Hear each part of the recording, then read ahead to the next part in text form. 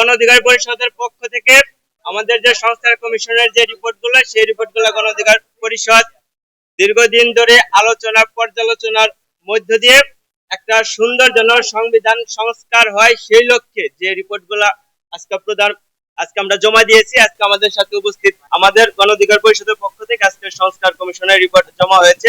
আমাদের যে বক্তব্য, আমরা যেটা বলছি, অন্তর্বর্তীকালীন সরকারকে জাতীয় সরকারের রূপদান করে সংবিধান সংস্কার করা এবং সংস্কারকৃত সংবিধান এর অধ্যাদেশের মাধ্যমে সেই সংস্কৃত সংবিধানকে মাধ্যমে আগামীর যে জাতীয় নির্বাচন, সেই জাতীয় নির্বাচন অনুষ্ঠিত হবে।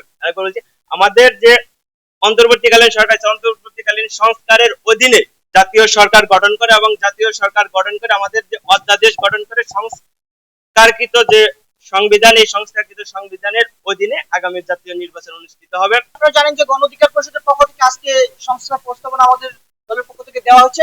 আমরা বেসিক কিছু বিষয় নিয়ে আপনাদের একটু জানাচ্ছি। সেটা হচ্ছে আমরা যে নারী আসনের ক্ষেত্রে যে 100 আসন যে প্রস্তাবনা করা হচ্ছে, আমরা সেটির সাথে একমত। পাশাপাশি আপনারা জানেন যে সংবিধানের যে 70 অনুচ্ছেদ রয়েছে, সেই অনুচ্ছেদের ক্ষেত্রে অনেকেই এ বিষয়ে কথা বলতে চান। আমরা গণ অধিকার পরিষদের পক্ষ থেকে মনে করি যে এই 70 অনুচ্ছেদ অবশ্যই সংশোধন হওয়ার প্রয়োজন রয়েছে। এই বিষয়গুলোর পাশাপাশি তরুণদেরকে সামনের সংসদীয় আসনে নির্বাচন করার সুযোগ দানের জন্য আমরা যে বয়সসীমা, সেটি বর্তমান যে 25 রয়েছে, সেটি আমরা 25-এর পরিবর্তে 23-এর যে আমরা প্রস্তাবনা দিয়েছি।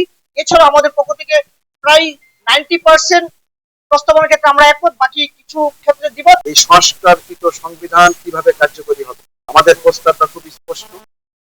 জাতীয় ঐক্যমতের ভিত্তিতে অন্তর্বর্তীকালীন সরকারকে জাতীয় সরকারের রূপদান করতে হবে এবং এই সংবিধানকে একটি সামাজিক চুক্তি হিসেবে গ্রহণ করে অধ্যাদেশের মাধ্যমে কার্যকরী করতে হবে এবং এই সংবিধানের অধীনে নির্বাচন অনুষ্ঠিত হবে। আমরা রাষ্ট্রের যে মূলনীতির ক্ষেত্রে আমরা যে কথাটা বলেছি, সাম্য, মানবিক মর্যাদা, সামাজিক ন্যায় বিচার, গণতন্ত্র এবং ধর্মীয় সম্প্রীতি, এখানে কমিশনের যে প্রস্তাব ছিল বহুত্ববাদ, নির্বাচন কমিশন, অন্যান্য যে সেগুলো সাংবিধানিক প্রতিষ্ঠান, এই চিন্তাটাকে আমরা খুব অভিনন্দন জানিয়েছি এবং আমরা অনেক ক্ষেত্রে আমাদের প্রস্তাবে এনসিসির উপরে অনেক ক্ষমতায়নের কথা আমরা বলি।